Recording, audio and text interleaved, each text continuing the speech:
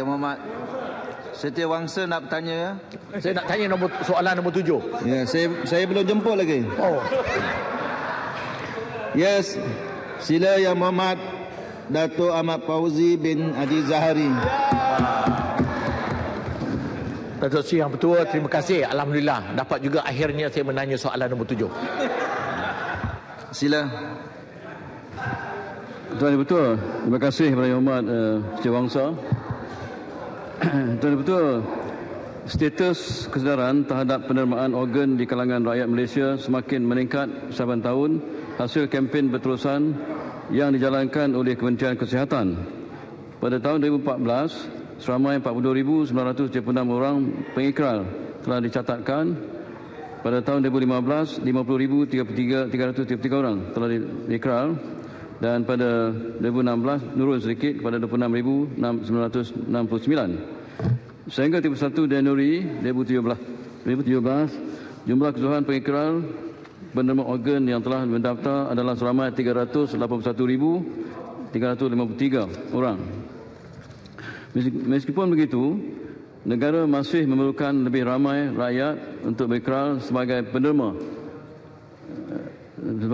organ selepas kematian, kerana bilangan pengikrar berdaftar sedia ada hanya mewakili 1% daripada jumlah keseluruhan rakyat Malaysia pada hari ini. Peratusan ini masih kecil berbanding dengan negara-negara maju yang jumlah pengikrar mencecah sehingga 30 hingga 40% daripada jumlah penduduk mereka. Tuan Yang Pertua, menurut statistik Pusat Sumber Transplant Nasional, sehingga 31 bulan Januari 2017, terdapat seramai 21,105 orang pesakit yang sedang menunggu organ transplant. Daripada jumlah ini, majoritinya adalah seramai 21,084 orang adalah pesakit kegagalan buah pinggang tahap yang akhir, 7 kegagalan hati tahap akhir, 5 kegagalan jantung tahap akhir dan 4 kegagalan paru-paru, 5 dan 5 pesakit dan kegagalan jantung dan paru-paru yang tahap terakhir. Kementerian Kesihatan akan meneruskan usaha-usaha kempen kesedaran bagi memastikan penglibatan masyarakat untuk menerima terus meningkat bagi membantu pesakit-pesakit yang memerlukan organ. Betul. Ya, Setiawangsa. Datuk Seri Pertua, soalan tambahan saya ialah sehingga 2015 mereka yang berikrar untuk menerima darah, menerima organ ini, maafkan saya, adalah sebanyak 326,738. Ada juga kes-kes di mana mereka pada hidupnya, semasa hidupnya bersetuju untuk menerima organ mereka, tetapi apabila meninggal dunia, warisnya membuat keputusan untuk menghalang daripada organ ini diterima. Bagaimanakah perkara ini ditangani? Dan akhir sekali, soalan kedua ialah berapa peratuskah keberjayaan pembedahan pemindahan organ sejak pertama kali ia dilaksanakan di negara kita? Terima kasih. Ya, sila Menteri. Betul, memang ada masalah di sini. Memang di antara mereka yang telah berikrar untuk menerima organ, bila mereka nazak dan memang organ mereka memang sesuai untuk diterima, tapi masalahnya memang masih lagi kita perlu mendapatkan kebenaran daripada waris pesakit tersebut. Ini satu masalah besar. Sebab itu dalam hal ini kita buat berbagai cara. Satu, pendekatan memberi penerangan penjelasan kepada seluruh rakyat Malaysia. Yang kedua, fatwa pun dah pun mengharuskan supaya pesakit boleh menerima. Ya.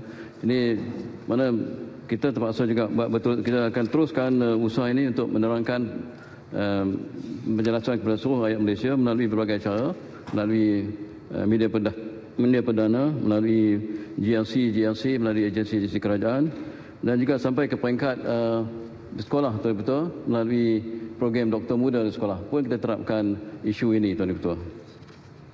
Satu lagi apa dah? Pemindahan, semenjak dilakukan pemindahan organ ini, berapakah kejayaan yang kita telah? Oh ya. Tuan Ketua, memang ada statistiknya. Yang memerlukan terima organ transplant ini ialah Hospital Besar Kuala Lumpur, Hospital Selayang, Hospital Mesti Melaya, dan juga private sector ada satu, iaitu Prince Court. Dan setakat ini betul-betul sejak tahun 1975 sehingga 28 Februari 2017 sebanyak 2,800 pembedahan transplant organ telah berjalan. Buah pinggang 1,838, hati 1,133, jantung 26 pembedahan, paru-paru 6 pembedahan, jantung dan paru-paru 4 pembedahan, Tuan Ketua. Setakat ini. Terima kasih. Ya, Pasir Putih. Assalamualaikum warahmatullahi wabarakatuh. Saya tertarik dengan fatwa yang diberitahu tadi bahawa fatwa sudah diluluskan. Tetapi bagaimanakah setakat ini pandangan daripada statistik golongan orang Islam di Malaysia ini, berapa peratus di antara mereka yang menderma? Saya diberitahu bahawa bilangan penderma orang Islam masih lagi kurang. Bermakna kefahaman mereka dan kepekaan mereka tidak begitu tinggi. Jadi adakah pendapat ini betul atau tidak? Itu yang pertama. Yang kedua ialah kos kepada pendermaan ini adalah terlalu tinggi. Jadi apakah bantuan pihak kerajaan yang boleh diberikan untuk membantu supaya kos pemindahan organ ini boleh dikurangkan? Terima kasih. Betul. Mengikut statistik yang ada, setakat sehingga 28 Februari 2017, 607 orang telah pun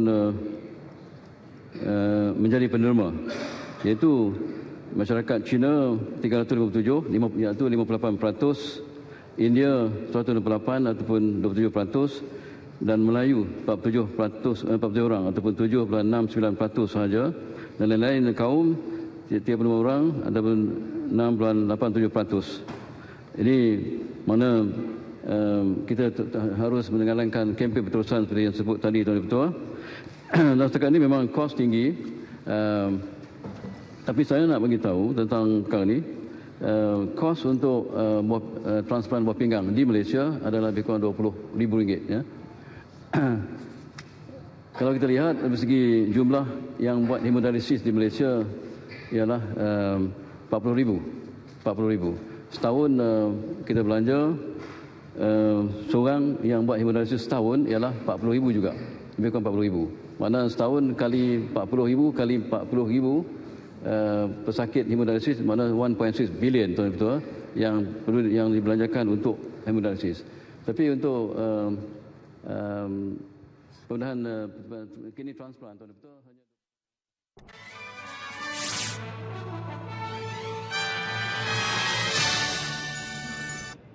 Baik, demikian saja yang dapat kami bawakan kepada anda antara sesi soal jawab lisan untuk hari yang pertama minggu yang ketiga pada hari ini, di mana ketika ini jawapan sedang diberikan oleh Timbalan Menteri Kesihatan iaitu Datuk Seri Dr. Hilmi Yahya kepada soalan Wakil Setiawangsa Datuk Ahmad Fauzi Haji Zahari yang menanyakan apakah status kesedaran pendermaan organ di dalam kalangan rakyat Malaysia dan apakah organ yang paling tinggi keperluannya buat masa ini.